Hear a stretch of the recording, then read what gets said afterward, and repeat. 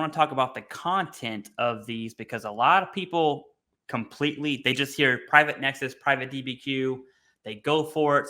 I can't tell you how many Nexus letters from one of my good friends. Actually, I've read his Nexus letter and I'm just like, dude, this is not good. It's missing. Like, you don't even have a diagnosis, right? And so generally people say Nexus and DBQ. For the purpose of this, I'm going to reverse those, talk about the DBQ first.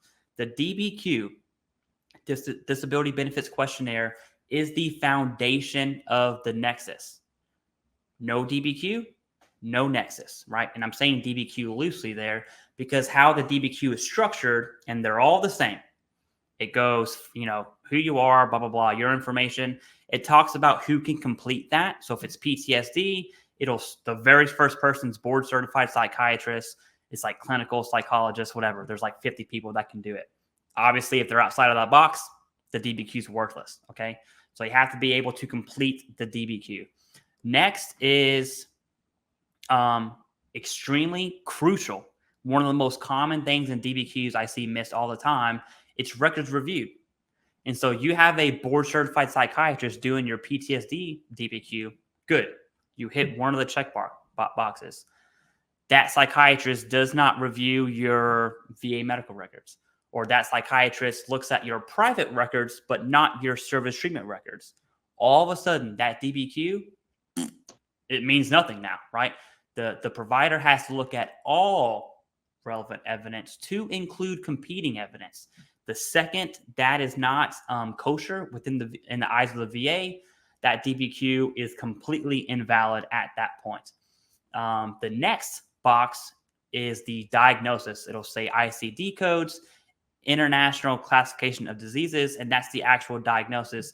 And then below that is whatever DBQ it is, right? If it's musculoskeletal, mental disorders, PTSD, that's all the symptoms and how the CMP exam is going to be conducted. But that top portion is crucial, and it's the foundation of the Nexus. No diagnosis, no claim, period. If your provider does not have your service treatment records, useless, right? Or your C file. In a perfect world, if I'm paying for a private Nexus, one, I'm going to request my C file and then give that to them specifically. So then whenever they say, what records did you review? My claims file. And that's going to have everything the VA used to make that determination. That's ideal world. So the DBQ is the foundation of the Nexus. And then I want to talk about the content of the Nexus, Jason, and then I'll kick it back to you. I really love Nexus letters. So one, if you're going to pay for one, generally speaking, content goes summary. Executive summary. This condition is at least as likely as not caused by whatever. Boom, you have your burden of proof. Bam, it's right there, one paragraph. Below that, you'll generally see like an about me, about the provider. I'm psychiatrist so-and-so, and I went to this college and did all this stuff and was a practicing physician, whatever their career is, right? You want it to be, the goal is for them to show you that they are able to complete that Nexus letter. Right? They're talking about how they played soccer in college. Obviously, that's worthless, right? It's got to be relevant to the claim.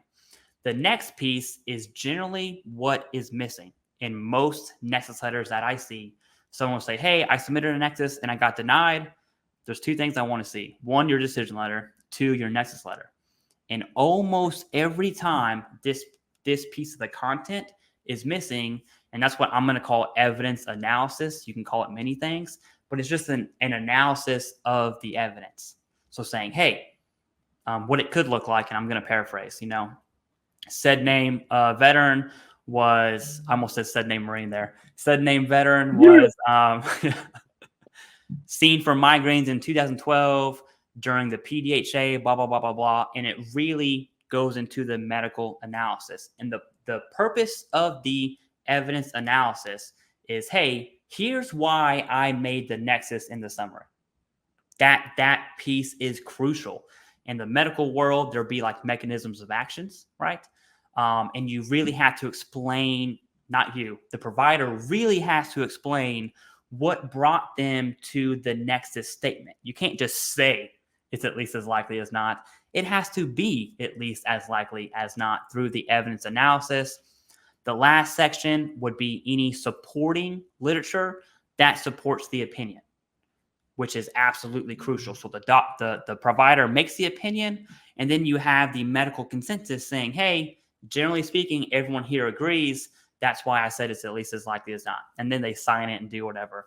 That's the content of a Nexus. Last thing I'll say, and I swear I'll give it back to you. If any of those are missing, any of it, right? The doctor doesn't look at your VA medical records. The provider doesn't have the evidence analysis. Any element is missing. That Nexus and DBQ, you might as well just use it as toilet paper because it's absolutely worthless at that point.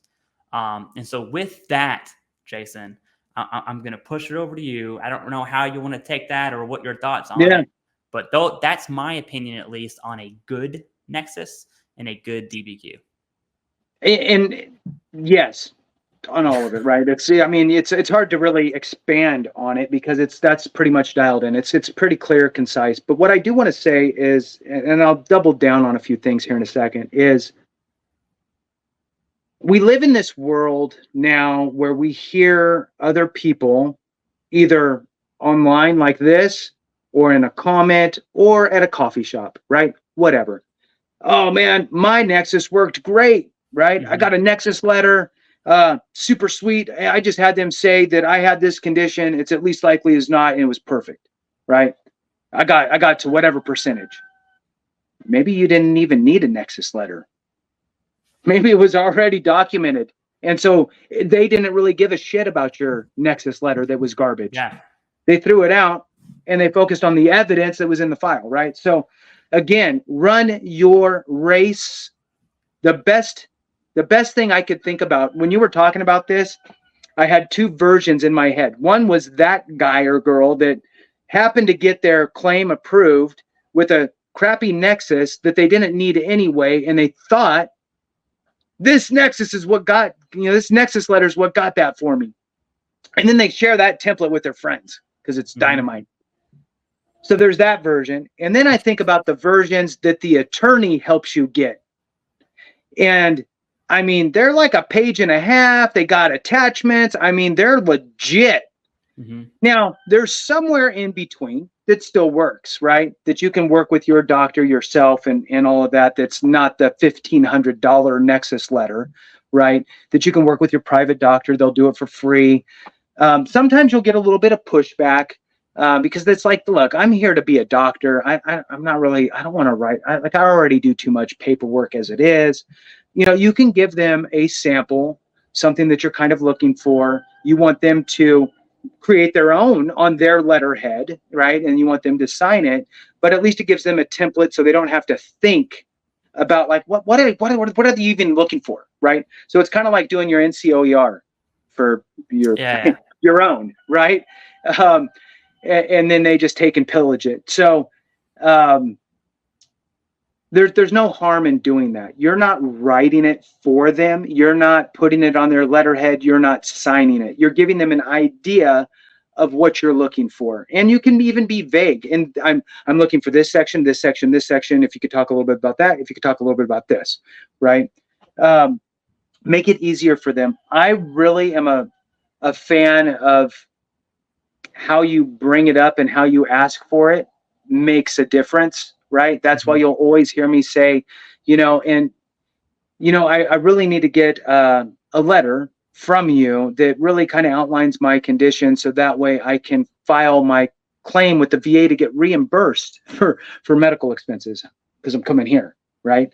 And then that kind of lowers the bar a little bit. If you say, yeah, I need it for my VA stuff, then the doctor might think they're going to lose you and you're just going to go to the VA forever. And now they don't have a patient after they do this.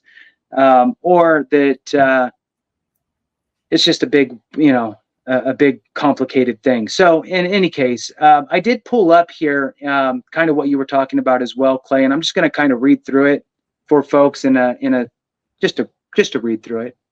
So a Nexus letter from a doctor can help support a VA disability benefit claim. A good Nexus letter should be brief, thorough, and credible. Brief and thorough. Yeah. Okay, so take that for what it's worth. And it should follow a standard business format, right? It should include the following elements: credentials, the doctor's name, specialty, practice name, right? All that stuff to build the value of that person, right?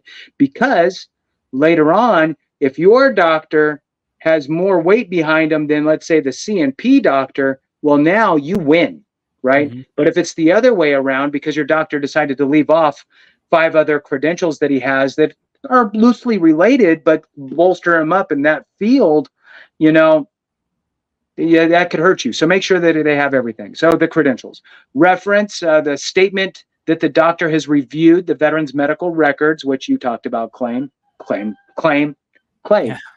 It kind of rhymed. So, which is what you talked about, right? It's important on the DBQ, right, to talk about that they reviewed something. It's not just out of nowhere that this is happening.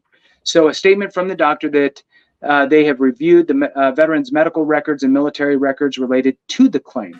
Medical opinion, right? That would be the doctor's opinion about the cause of the veteran's condition and how it relates to their military service. The doctor should use terms like, well, hopefully they don't use this, not likely, which could be an option, right? That would be a CMP examiner's option for sure. But your doctor, you wouldn't want to submit it if it said that, by the way. Unless they said it's not likely to have occurred outside of service. There you go. Yeah. So, or at least likely as not, or more than likely, or highly likely, right?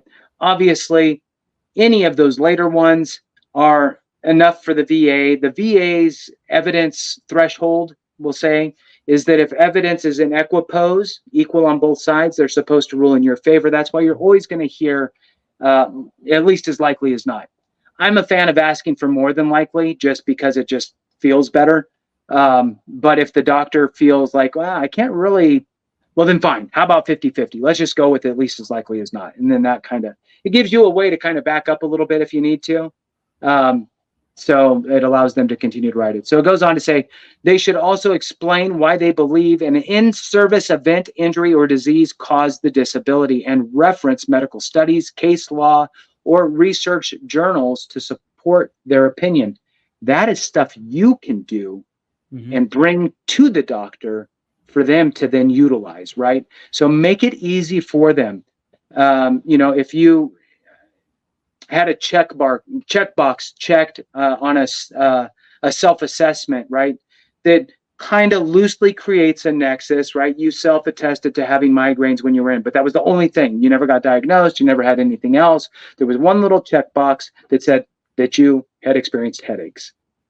They can reference that you first started complaining of your migraines in your time in service. They can reference that. Or they can also reference the fact that you didn't mention it when you were in service because of fear of reprimand and what have you and all that stuff, and that you self-treated with Motrin and blah, blah, blah. Next is medical rationale, a full explanation that supports the doctor's opinion. So they give the opinion, then again, the medical rationale, which they all understand. A recent exam, if you had a recent exam, it'd be good for the doctor to express that as it just gives a little more weight to the letter, in fact. And then lastly, it says that the letter should be written and signed on letterhead and include the date above the first paragraph. And then it says that the average cost of a Nexus letter from a company is $1,500. And so that goes back to the, is it worth it piece, right? You might not even need one. So with that, Clay, that's, I mean, I'm just really doubling down on what you said and just reiterating.